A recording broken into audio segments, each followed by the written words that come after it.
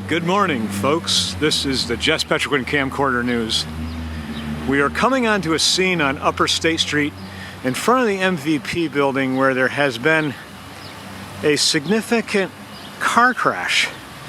The word I got is that an out-of-control driver was coming down State Street 120 miles an hour.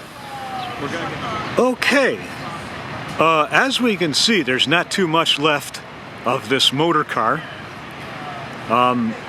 It was probably once a good car, maybe 10 minutes ago or something, but now it appears that they have taken out a, oh, there's a lamppost here, and this used to be a lamppost.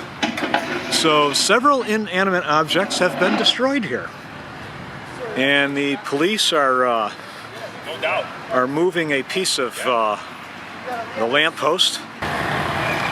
It's nice to know that the airbag worked. This is a lot of debris in the road.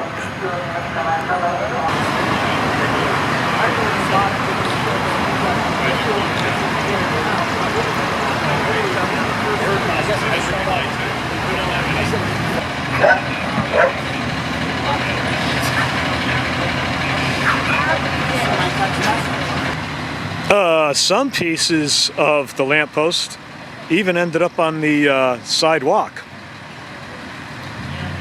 What a mess. And there'll probably be more messes in the future.